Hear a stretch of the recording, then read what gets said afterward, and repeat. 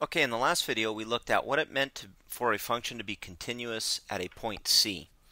And we looked at these three graphs here, and all three of these graphs are discontinuous at C, and they fail for different reasons. And if you remember back from the previous video, if you fail any one of these criteria, then you are not continuous at that particular point C.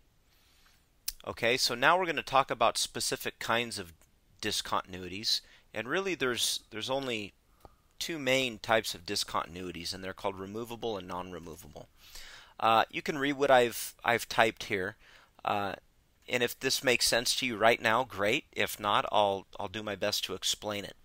Basically, a discontinuity is said to be removable if you can take, let's look at this first example. If you can take C and either map it or remap it. In this case, C doesn't go anywhere. C is not in the domain of this function. So this discontinuity right here is said to be removable if I can define f of C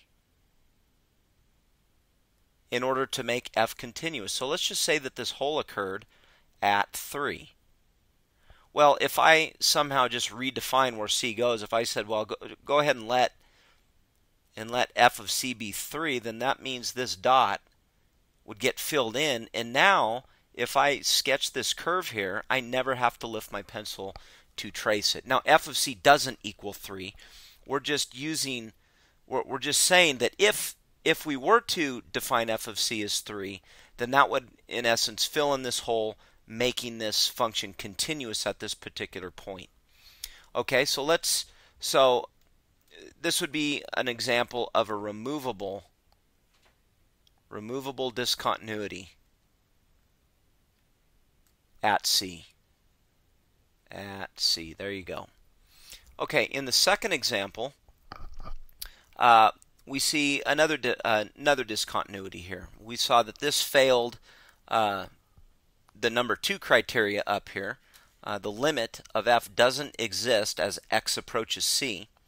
So we know that this is discontinuous at C. But if you look very carefully, currently C is getting mapped to 3. Okay, so if we come down here to this definition of what it means to be removable, it says if you can make this function continuous by either defining where C goes or redefining where it goes, in order to make f continuous, then you have yourself a removable discontinuity. Okay, well currently C goes to 3, and you might say, well, what if you redefine C to go to 5? In other words, there would be a hole here, but this would get filled in.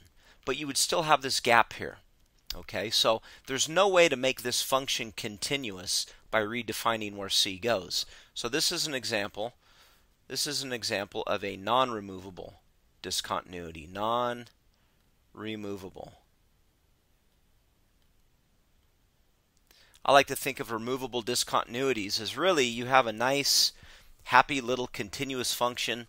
It's continuous everywhere perhaps, and then you just kind of come inside and you pluck just a little piece out of it, like in this third case right here. Okay, if you look at the third example, try to decide, is this a removable discontinuity or a non-removable discontinuity? And maybe you already know what it is. In case you don't, let's just see if we can maybe use this working definition to see if it's removable or non-removable. Well, if I redefine where C goes, currently C goes to 2. But if I say, well, what if C actually went to 4? If C actually went into 4, then this hole would get filled in. This would no longer get mapped to 2, and you would have this nice, smooth, continuous curve. Therefore, you would be continuous at this point C. So this is an example of a removable discontinuity. Okay, and you can see in the third example and even in the first example that we really had what appears to be a nice smooth continuous curve with the exception of the discontinuity at C. It looks like we just had a little hole. In this example, C wasn't in our domain, so we had to think about defining it for the very first time. Over here, C was in the domain, but if you redefined it to go to 4, it would, in essence, make it continuous at that point. Okay, so those are the two main examples of what it means to be a removable or a non-removable discontinuity. One other example of a non-removable discontinuity would be a case where you have an asymptote. Okay, so suppose that you have this curve, maybe it has a vertical asymptote at 0, at x equals 0. Okay, so we have this discontinuity right here. In other words, if you tried to draw this function, you would have to lift your pencil up right here at x equals 0 in order to continue drawing the function. So you know right away that it's definitely discontinuous at 0. Now, to describe is it removable or non-removable, you have to ask yourself, could you make this function continuous by redefining where 0 goes? And I hope you can see that there's no way we're going to be able to do that. So this is another example of a non-removable discontinuity. Okay? So non-removable. So really, when you're looking at discontinuities, what I like to try to find is, does it look like there's just a little hole in my function that's just kind of been plucked out of the function, in which case we have a removable discontinuity.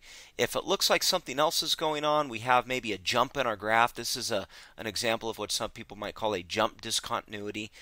It's nice and smooth, and then it jumps up to another value and continues. This is an example of a discontinuity that involves an asymptote. Again, another non-removable one. Okay, so those are the two examples of the two types of discontinuities we have. In the next video, we'll go ahead and take a look at some specific examples. Thanks for watching.